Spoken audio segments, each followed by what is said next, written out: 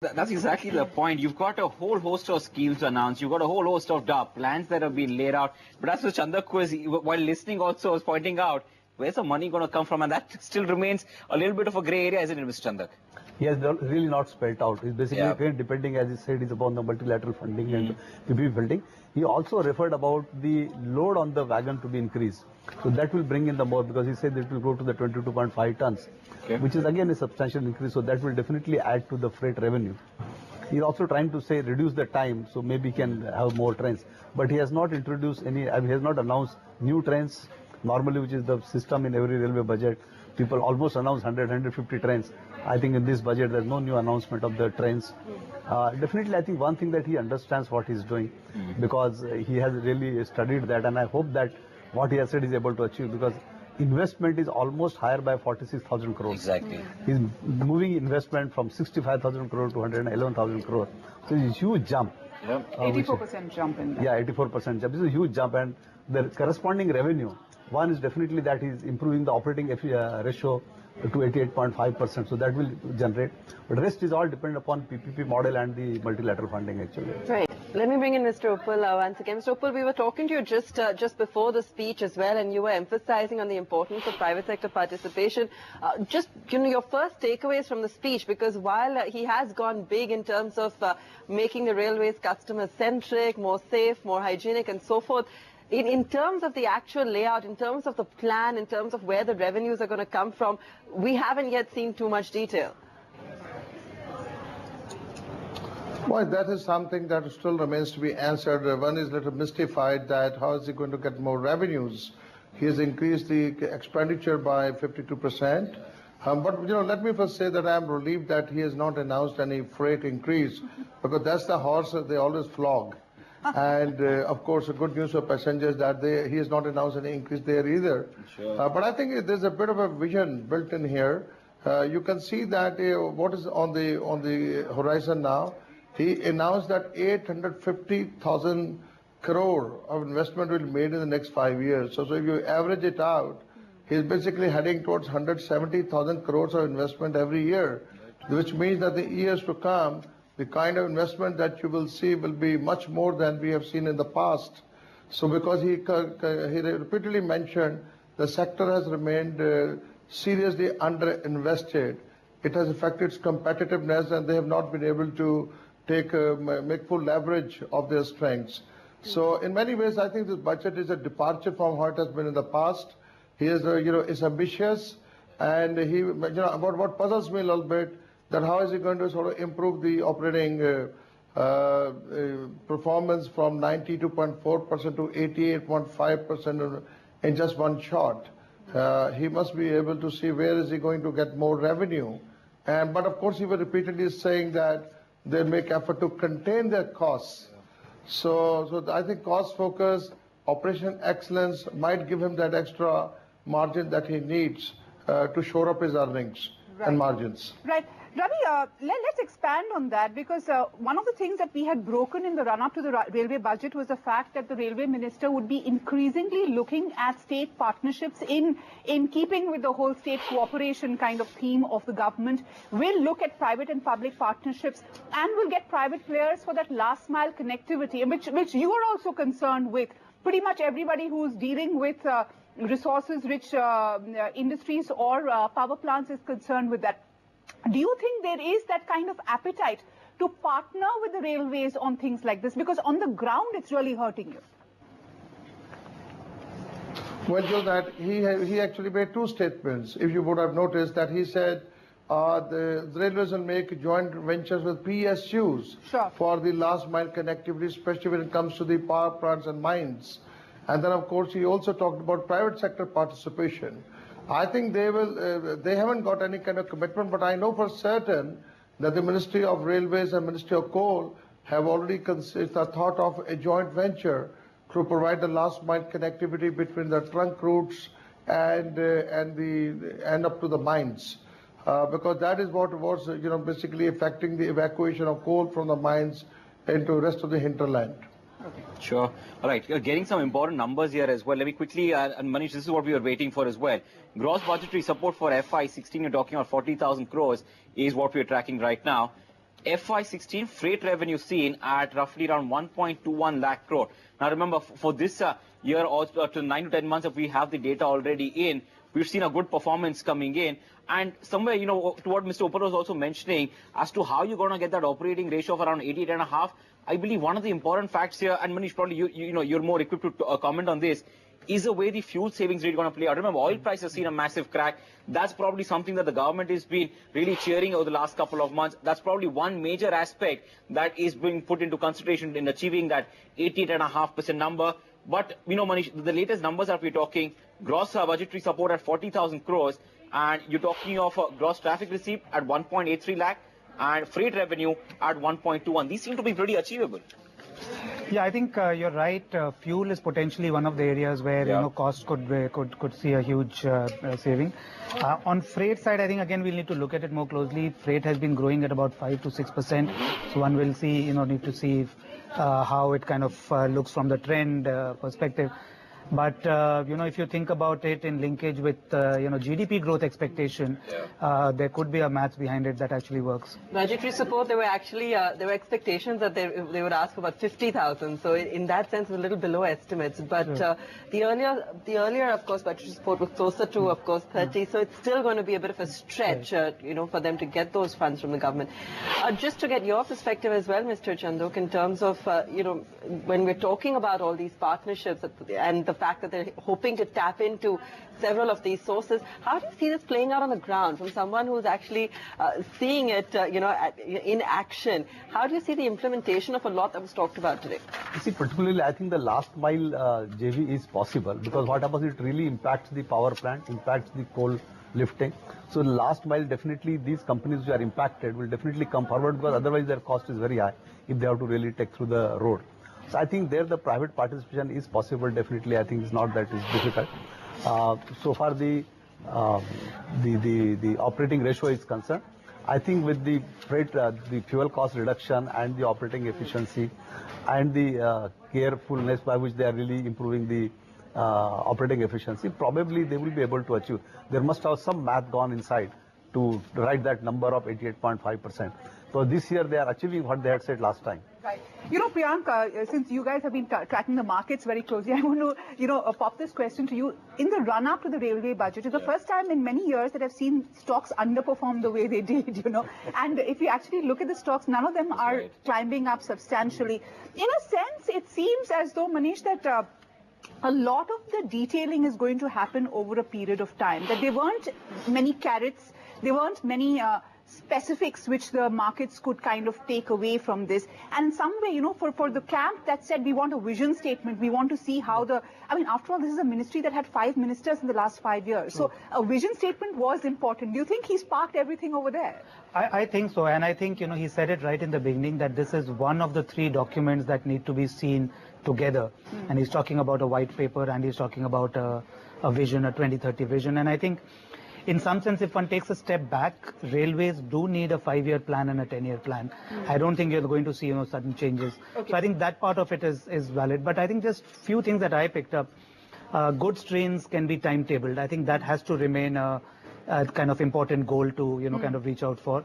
Work with states, and we talked about that a little bit before the speech also. And again, I think states want to participate with railways. I think it's a big mindset change for railways also, if you think about it. They are a great execution organization. They've not been a great partnering organization so far.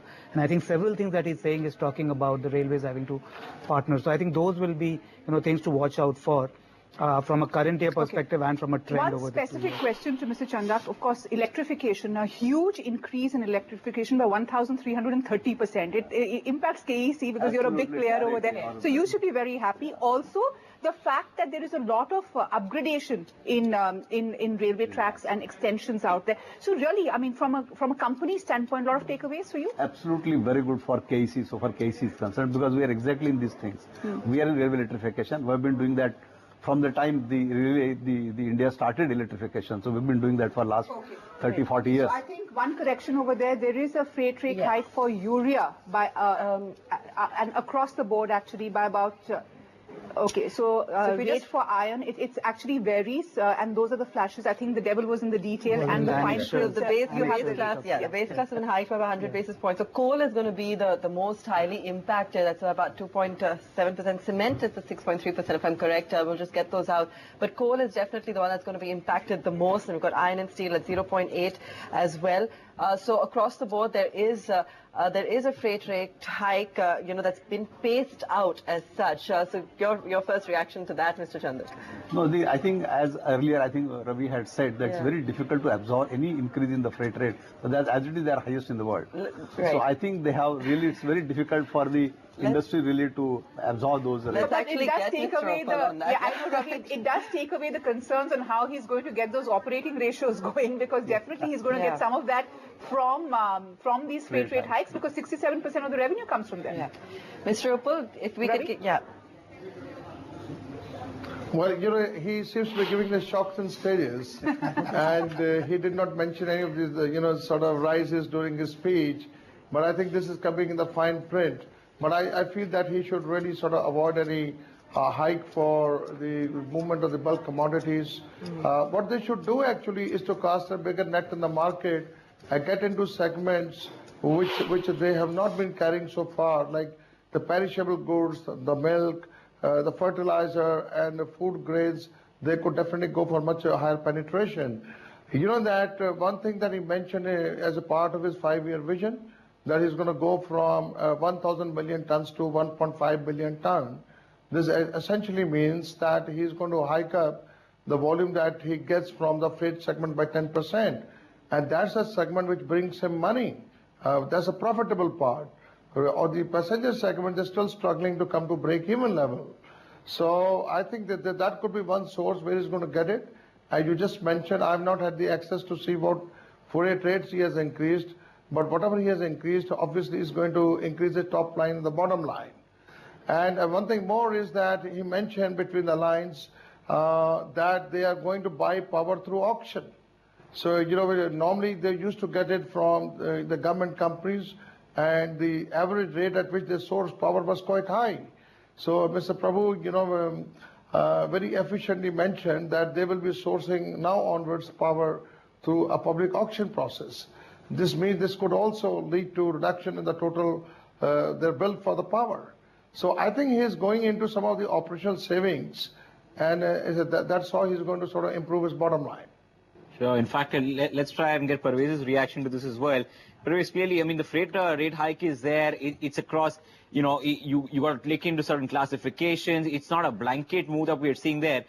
Because if you look at the way the stocks have been reacting, it's still pretty limited. So there are probably classifications in terms of the way transport of some of these commodities would play out. We'll try and get those classification and details for you as well in a minute or so. But Parvez, clearly, in terms of, how you're going to achieve that 18.5% operating ratio itself, your thoughts, your reaction on this freight rate hike and the road forward? I think 3 quick points, 2 as the answer to your question. First, I think the oil prices are probably going to play a kind of big role in reducing the ratio. That's clear. Okay. There's some freight hike which they are done. I think that's going to play up. That's going to do that. But I'll bring one other issue, I think, which kind of personally I was expecting that is going to be on the floor, but it's not, which is the PPP part. I just saw a number flashing on your screen saying about 5,800 crore, which I think last year the target itself was 8,000, so they probably did less than 1/10 of that. If you look at any sector in the infrastructure, look at road sector, look at aviation sector, and look at telecom sector, just these three, they're not really progress. Even look at power, they're not really progress in the PPP. Private sector was seriously brought into the picture. Now, if out of 1 lakh crore plus, the total contribution of PPP is going to be less than 5%. I think I'm very worried. I'm very, very worried on that one count, that one single count. Right. Right. Of course, this freight rate hike is significant because it will have a cascading impact, Manish, across. From the initial numbers that we see, is it going to make a substantial difference in, because the other issue that freight is facing is a growing move towards road, and without the existing upgradation, and he's also spoken about 4 freight corridors, dedicated freight corridors being ready this year. I mean, what is the status report that you have? Yeah. So I think, I mean, you're right, it will impact, but I think from what I'm seeing, it will probably impact Government of India more than end consumers, because, it is urea and food grain and so on, so it goes back and hits the subsidy bill in a sense. The freight corridor is a little surprising, and again, one will need to look at the details, because it's really the Delhi-Mumbai and the Delhi-Kolkata on which, there is progress in terms of actual projects getting awarded. So again, one will need to look at what is he kind of detailing on that. But I think just on the point of PPPs, I have a little different view, that I don't think he's necessarily looking at PPP as a large financing mechanism, and quite rightly so. I think very clearly he's saying the long-term financing has to come from the World Banks and ADBs and JICAs, and from long-term debt instruments, which will need to have an underlying mechanism for servicing them. He's looking at PPP for last mile connectivity, for station redevelopment, which are, as well as maybe private freight terminals, which are smaller projects. Many of them are direct end user funded, so the user actually sees benefit in investing in the project. And I think that is a lot more practical. What will be interesting is the 4 BOT annuity projects that he talked about, and if he can get that going, that can lay the ground for a much larger PPP play, in future projects where financing and efficiency get bundled together. But some of this has already been on the anvil for a while, hasn't it? Yeah. So you're saying that this time around, to perhaps a little bit more faith in this minister and his intent. Yeah, no, I think that's important, that, let's not, use PPP as a balancing figure. Right. The challenge is land monetization kind of projects, and station redevelopment is a lot of real estate type project. We've not seen railways be successful in that so far. So right. I would like to see this year more as seeing some success than large amount of money being expected, but not then eventually turning up. You were also earlier talking about the RTA, and you were hoping to hear something on that. No mention of that, at least from what we've heard in the speech. Yes, and I expect that will probably come in the white paper, or maybe in the longer term vision, because clearly for any of this to be sustainable, separation of pricing and commercial principles in pricing, and the 14th Finance Commission has kind of also emphasized that it will need to be on the agenda. If it's not in the budget, it will have to come kind of off budget. Well, in the midst of all of this, you've got the markets, the day's low. Take a look at that. Clearly, some bit of disappointment now coming in, but you can't really correlate there, because you also have expiry that's underway. So you've got almost a 1% cut. Sub 8,700 now is what we're seeing on the benchmark index. Sensex now down by almost 1%, and you are trading at the day's lowest point. Clearly, there's a fair bit of weakness now across the space that we're seeing. Just a handful of stocks in positive, and the max gain that you're seeing is only up by nearly 1%. So that's the kind of feel, or that's the kind of probably a little bit of a response coming in from that rail budget speech as well. And you've got some update coming in from the Supreme Court regarding the spectrum auctions as well.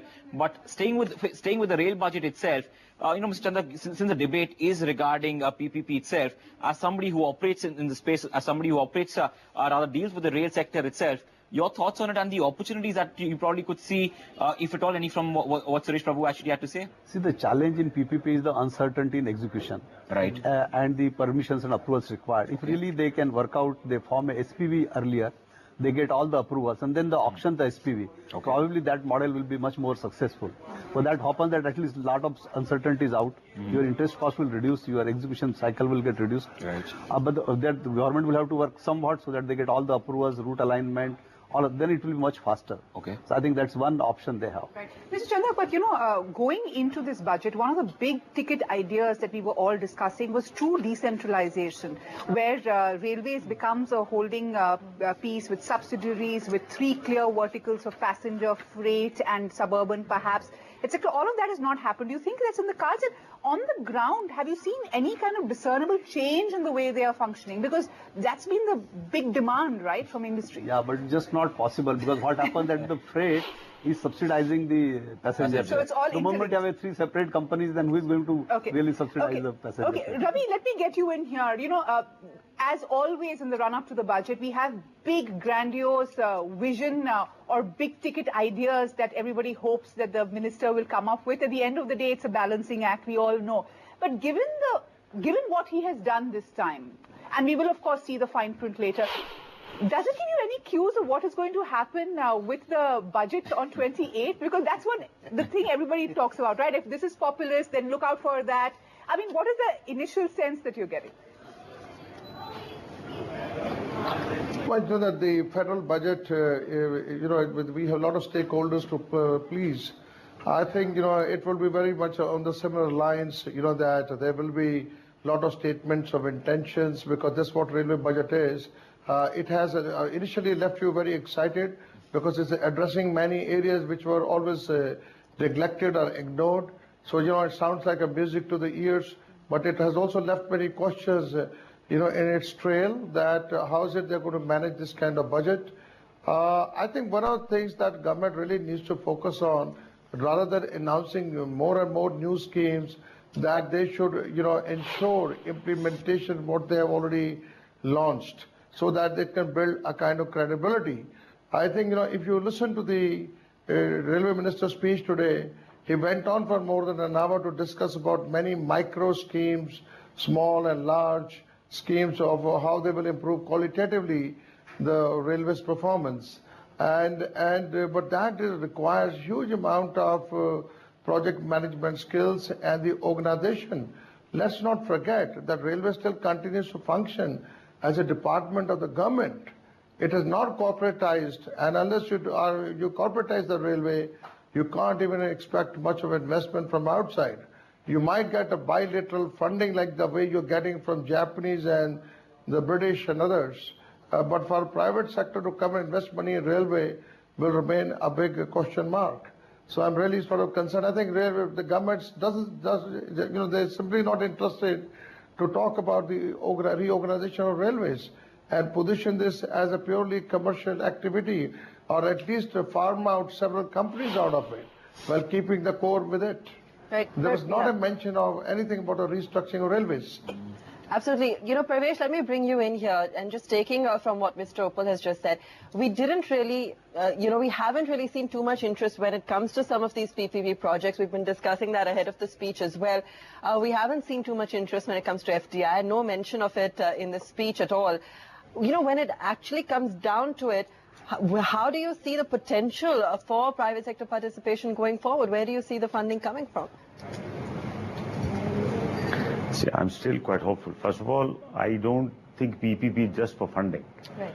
I would consider PPP for efficiency, for innovation, for cost saving, for project management execution, where they can do very well, etc., etc. So I think private sector funding, private sector participation, rather than private sector funding, I think is extremely, extremely important. I did hear something he's saying that track and below will remain a national asset. He did say about rolling stock and about the stuff above the track. He also spoke about stations where the private participation is going to happen. He spoke about joint venture with states where private sector is going to be there. He spoke about the last mile connectivity where private sector is going to be there. We've been hearing the road ministry talk about last mile connectivity to the ports also being done, coupled with the inland waterways. So I'm still hopeful that private sector involvement will be far higher than some 5,000 odd crores which is being shown here. And I'm coming not from a funding perspective, because for funding he said going to put a separate cell in the ministry which will raise fund, long-term pension fund and PF funds will be accessed. That seems to be a common refrain of this government in particular. Multi-lat funding, yes, that's loan eventually, that need to be repaid. That doesn't become your property. At the same time, he's talking about 20% increase in the length of the tracks in the 5 years, and a lot of other micro schemes which are all going to need money.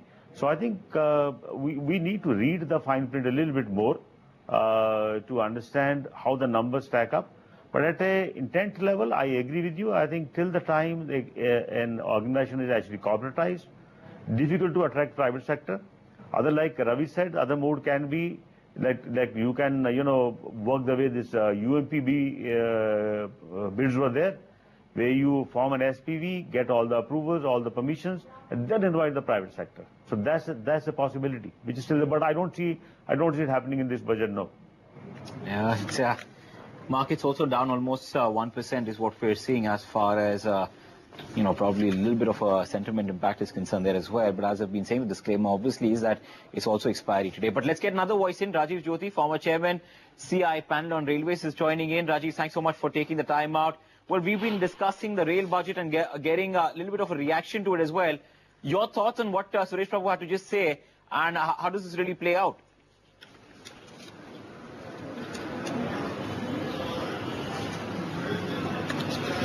I think first and foremost, this rail budget was pretty unusual because it was presented in a very business-like manner.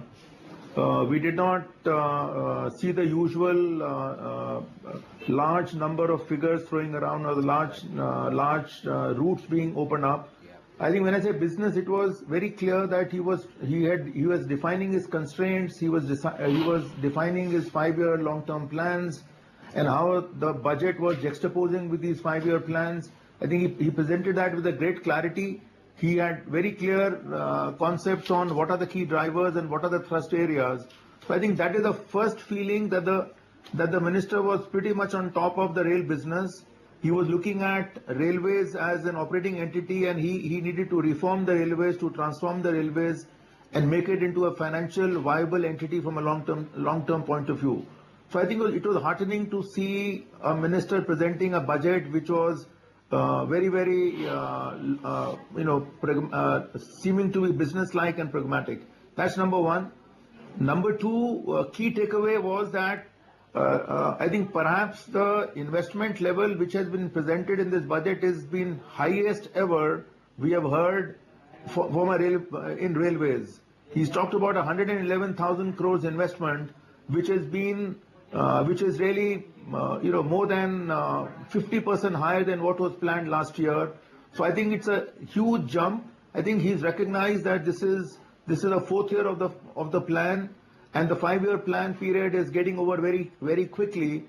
And I think there is apparently seems to be a consensus that to kickstart the economy, you need to invest heavily into sectors like railway, and railway happens to be one of the sectors.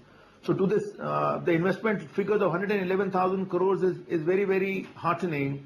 And I think also important is that when he's looking at the sources of the investment, as expected, he's come from a finance background, and therefore he's got, one was expecting innovative sources of investments. But I think if I were to look at two areas which he's mentioned, one which is gross budgetary support, and considering the fact that the overall finances of the country are also strained, he's still expecting a budgetary support about 41%, which is really about 45,000 crores, nearly 15% higher than what was planned last year. So I think this is a big support coming in to him from the finance minister. So that's number one, which will definitely spur investment, and this investment will have multiplier effects across the industry. So I think this is one sure shot money which he's going to get, which he can kickstart. The second area which is mentioned is actually increasing in internal revenue generation, and he's put a figure of about 17.5–18%. Now this figure is a significantly higher figure than what they've achieved before. 17.5–18% on 11,000 crore, 111,000 crores is a good 20,000 crores of internal generation. Now this level of internal generation we have not seen, and therefore his focus on productivity, efficiency improvement, cost reduction has to be extremely critical. I think he has put in an operating ratio which is 88.5%, significantly lower than what we had visualized earlier, what was stated earlier of the last year budget, which was 94–95%. So I think this will need to be very critically watched, that whether he's going to get the top line revenues for which he need to get significant inputs onto the freight element. Last year, if you recall, they targeted about 1.1 billion metric tons of movement. One will have to see what is it that he's targeting this year, because he has not given any numbers in terms of his the tariff, the inputs, the revenues from freight or revenues from passenger. So one is looking at a fact that he is looking at significant growth of the rail revenues, and since 70% of the revenue comes in from the freight sector, one is expecting that he's banking significantly on an uptake on economy, or he's trying to increase his market share. So this needs to be seen in the fine print. Sure. Rajiv, that is an overview another of 40% of the 111,000 crores to come in from other areas. Okay. Rajiv, that is an overview, but I think the one takeaway that the markets are reacting to right now is the freight rate increase. Remember, last year was the first time the freight rates were increased. Passenger rates were also increased, but let's focus on freight rates because there hasn't been a change in passenger. In the freight rate space, I think cement companies are facing the heat out there in the markets because the freight rate for cement has gone up substantially, and that is the reaction that we have for many of these companies.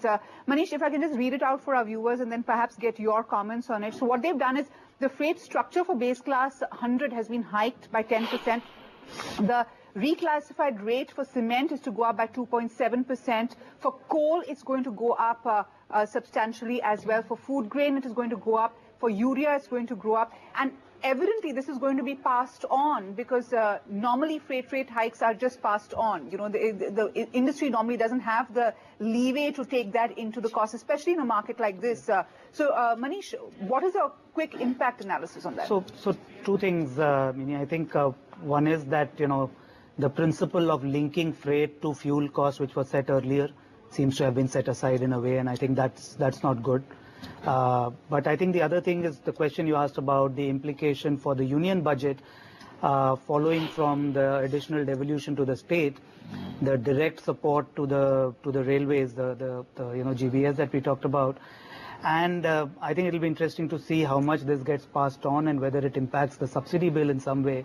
It does, kind of create some worry about how the union budget will balance its books 2 days later. Yeah, I guess that's what probably the market's also just getting a little jittery because, Mini, as you mentioned, the fact here is when we talk about the numbers, they need to add up at some point in time. You're talking about the way freight rate hikes have been, even though it's on a classified, on various classifications, it is having an impact. There is a little bit of a nudge on the higher side here. And it's going to be, as Manish was mentioning, it's going to be tough to see as to what the union budget really comes up with, because on one side, you are trying to somewhere reduce the subsidy as well as far as what's going out to fertilizer industry. Remember, we've been talking about that in the past as well.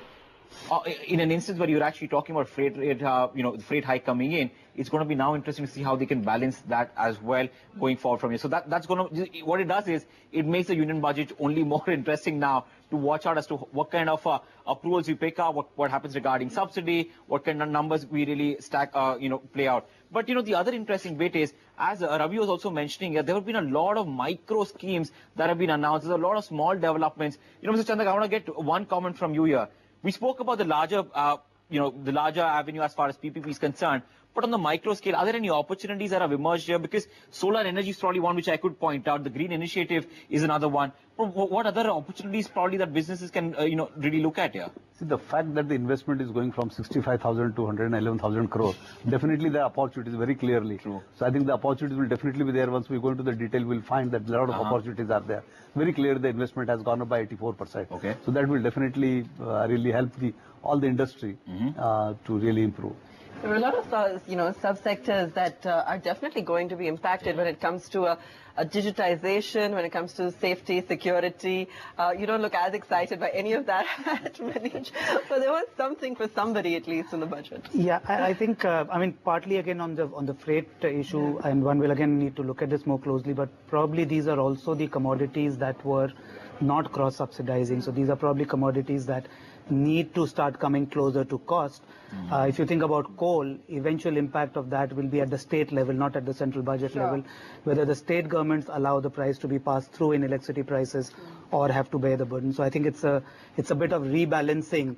And the famous phrase, time will tell how this is going to, where the penny is going to drop. But, Parvesh, I'm going to ask you a slightly tough question. I've covered, and we've all covered railway budgets time and again.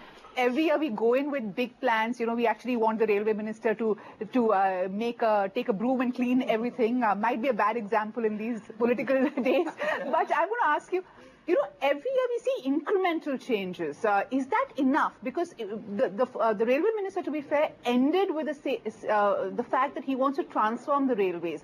None of the stuff that he has spoken about today really adds up to that. So, are we missing the big bang kind of step from the railway minister, or do you think, given his own credentials, that is going to be something that we will have to wait out for? Because after all, he hasn't been around for too long.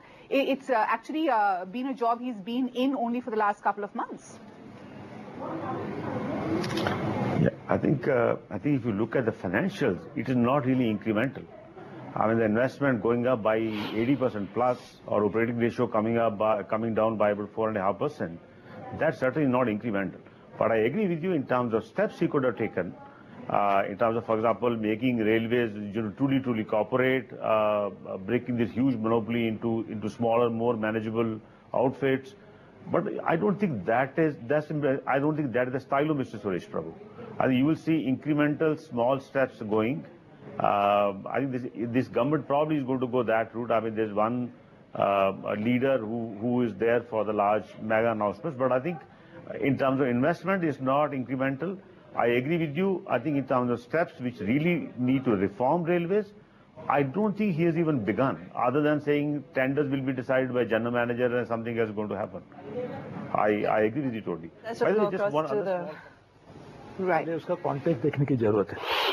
एक तो fair hike करने का कारण क्या है कि आपको revenue बढ़ाने हैं. तो हमारे इस टाइम ऑपरेटिंग रेशियो जो है वो पहले ही 9 साल में सबसे बेहतरीन ऑपरेटिंग रेशियो है, क्योंकि हमने एक्सपेंडिचर पे भी काफी ध्यान दिया, फ्यूल कॉस्ट को कम करने की कोशिश की, रैशनलाइजेशन एक्सपेंसेस किया, फ्रेट को ज्यादा मात्रा में बढ़ाने की कोशिश की. तो इसके लिए मुझे लगता है इसका एक ये देखना चाहिए. दूसरी बात, हमारी नई ट्रेंड, ये नई ट्रेंड तो छोड़नी चाहिए. इसके ऊपर मैंने भी पार्लियामेंट में कहा कि हम छोड़ेंगे, लेकिन ये बजट सेशन में कभी ना कभी उसका ऐलान करेंगे. जी, बजट का और नई ट्रेन का मुझे नहीं लगता है कोई वास्ता है, क्योंकि नई ट्रेन वो कभी भी छूटी जा सकती है. उसके लिए बजट में लाना ने, मेरा बजट का जो आधा स्पीच था उसमें चला जाता था, दूसरा आधा स्पीच जाता था कि कई नई लाइन ये बनेगी वो बनेगी. तो हमने ये टाइम सबसे ज्यादा नई परियोजनाओं की शुरुआत करने की बात की है, जैसे कि हमने डबलिंग, ट्रिपलिंग, आरओबी निकाल देना, करीबन 3-4 हजार हमारे अनमैन्ड लेवल क्रॉसिंग को हटा देना. ये बड़ा कैपिटल एक्सपेंडिचर की सब चीजें हैं, लेकिन वो करने के लिए हम ये बात को मैं हर आरओबी का नाम लेता था, 900 आरओबी का, तो उसमें मेरा पूरा समय चला जाता था. मेरे ख्याल से रेलवे बजट एक पॉलिसी स्टेटमेंट होना चाहिए. रेलवे बजट एक डायरेक्शन देने वाली एक दस्तावेज होनी चाहिए. रेलवे बजट ये लोगों को इस बात को पता करने की जरूरत है कि क्या हो रहा है, क्या होना चाहिए और क्या आगे होगा. Suresh ji, one of the problem has been that in the last few years, people have been announcing a lot of projects. About 600 projects have been announced in the last 30 years. Only 50% have completed. Was this the biggest challenge you faced when you took charge as the railway minister? No, absolutely. You know, this is something which we must put an end to it, because when we announce something, the announcement does not amount to completion of a project. You know, I wish as we say that I wish the wishes were horses. I think, you know, we cannot afford to do this anymore, even though we have horsepower and not horses anymore. But what is important is, how can we sustain railway system like this when we're not bothered about railway's ability to generate revenue? And if railway doesn't have revenue, which I was mentioning in my speech, then we are into a vicious cycle. No revenue, no investment, no quality of service. Quality of service goes down, people's ability to pay goes down, and then we stuck. So why not we create a new, regenerate railways by converting into a virtuous cycle of creating revenues, putting back into the system, helping the customers to pay. And in fact, this time, we are focused on customers a lot. In fact, I must have devoted 20-25% of my speech to the customers, because I am sure if they realize that they are getting something, they will be also coming forward to tell me that that is what they would like to do. So in fact, the railway fare hike in the context of declining diesel prices should be also viewed properly, because, you know, diesel prices are declining, and if you keep now putting more money, and in fact there is we have put so many things in place. We have put a regulatory system in place, which will then make sure that to understand that where the money is going, what should be the costing. So that regulatory mechanism will take care of some of these things that includes cross subsidization. But I am sure you cannot change. Rome is not built in a day. We cannot bring about change which is at a magnitude. Number two, what more important is that if you do it at a wrong time, when the diesel prices are falling, and if you want to tax your passengers, when the customer service is deteriorated and you don't improve it and you tax your customers, there is always going to be this. So our direction is very clear. We want to make railway self-sustainable. We want to make railway profitable. We want to put that money back into the railways for customer benefit, for expansion of capacity, for increasing the ability of railways to carry more freight. We already set for ourselves the goal of 1 billion to 1.5 billion. And with the dedicated freight corridor coming into reality, this is possible. We also started work on other 4 freight corridor, besides the two that are getting completed. So let me bring in the two of our experts who are in the studio with us. Mr. Chandrajit Banerjee, I want you to wear two hats as a passenger of Indian Railways and as always a leader and representative of Indian industry. So as both, what is your key reaction to what was announced by Minister today? You know, to answer your question, first of all, I must congratulate the Honorable Minister. Phenomenal budget, actually. We have never seen something like this in a railway budget, I don't know for how many years. And having said that, you said that wearing two hats, and I would think that it's a budget which is for all stakeholders. It's just not for the common man or for wearing the hat of the industry. You look at it the way, I mean, you can give value for money to your customer. The passenger, you don't need to hike the fare to give them the best, you know, and that's come out clearly in the budget. The budget also cares for the economy. You are actually, the Honorable Minister talked about the fiscal prudence, number one. Number two, if you see the vision that has been set, the roadmap for increasing the freight is an extremely important, and if you are going to deliver freight in a stipulated time, in the quality in which we want, obviously it's great. It's great not just for business, it's great also for common man, because you are delivering it at a lower cost and you're delivering it efficiently. You are bringing down the road, the pressure on road. It's a huge saving on the economy. So it actually touches every stakeholder. And look at the way you are giving opportunity to various people, because you can participate in doing business with the railway through various PPP modes and etc. And actually, all right, that's the Rail Minister there in conversation. But just interestingly, getting a Prime Minister quote out as well. Rail budget lays out roadmap to make it key growth, make it a key growth driver is what the update is coming in right now. But clearly, one of the key headlines has been as far as what we've picked up in regard to freight itself. Let's try and get a quick perspective here. If this does or does not really impact and how it does really play out for the industry, let's get some more clarity on that. U.S. Avasthi, Managing Director for IFCO, is joining us on the phone line right now. Mr. Avasthi, thanks so much for taking this call. The big headline, I was talking to you just a few minutes back also, Mr. Avasthi, the fact that freight rates reclassified rate for urea to go up by 10%. Can you clarify for us as to how, if it does or does not, really impact the industry? No, there is no effect on industry or consumer. This is borne by Government of India, so it will pass on from Finance Ministry to Rail Ministry, this increase. Okay. Through the subsidy route. Sure. But the other impact out here is also when we talk about the subsidy, as far as what the government commentary has actually been, how does that really stack up? What's been the recent commentary that you've been tracking from the government as regard to subsidy for fertilizer? As I'm saying, that this has to be borne by Government of India. Okay. And they have to provide adequate budget, hopefully, in the on 28th, for taking care of the increase in freight for urea by 10%. But this has no effect on consumer, the farmer, or on the industry. It's not to be borne by us. Of course, initially we pay for it, then we get reimbursed for that. So there may be some impact on, say, working capital. That's all. Okay, but is there a fear, Mr. Avasthi, that the support that you're getting from the government actually could get reduced? Is that another thing? Because, you know, as we are counting down to the union budget itself, we'll probably have more clarity. But is that another factor? So then, how does this really play out? Yes, sure. But as on today, industry has taken 40,000 crore from Government of India. So that will stop if adequate provision is not made in the budget. And we have not been paid any urea subsidy from July 2014. Okay. So we don't know what's going to happen. Okay, so what is the pending subsidy payment that has to come to you, Mr. Avasthi, so just to put it in context? IFCO has to get about 6,000 crore and whole industry has to get about 40,000 crore. So this particular freight rate hike is only going to increase that subsidy burden on the government's point of view. Okay. Right. Okay. So, Mr. Avasthi, I hope you're right for your sake and it doesn't get passed on to you. Thank you so much for joining us. Thank you. Of course, we heard the Railway Minister over there also, Manish, and that's exactly what we were coming to, that perhaps the big ticket changes will be done over a period of time. And the two big things that he could do, he has done. One is put out a target, an aggressive target for operating ratios, and the second is say on paper that, hey, we will increase investments in this year. So do you think these are the two key takeaways that you should take away from this railway budget? I think they are, and I think, several right things have been said, and in some of them in fair amount of detail. I think what has not been said, what you pointed out earlier, is how will this be delivered from within the existing organization. Sure. And I think there were several references which were in some sense aimed at the railways as an organization to give comfort that, we are not talking about large scale restructuring. But I don't see how, a transformation of this kind can occur without a reform and restructuring of the organization itself. Ms. Chandak, as somebody who's got a lot of investments in line over here. As I said earlier, that there is a large amount of investment increasing, and they're getting funding little bit by the operating efficiency, the operating ratio, and also the new funding and all that.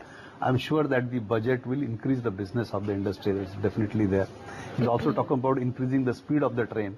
So by that time, he will be able to increase the amount of the freight he can carry and may get an additional amount by that.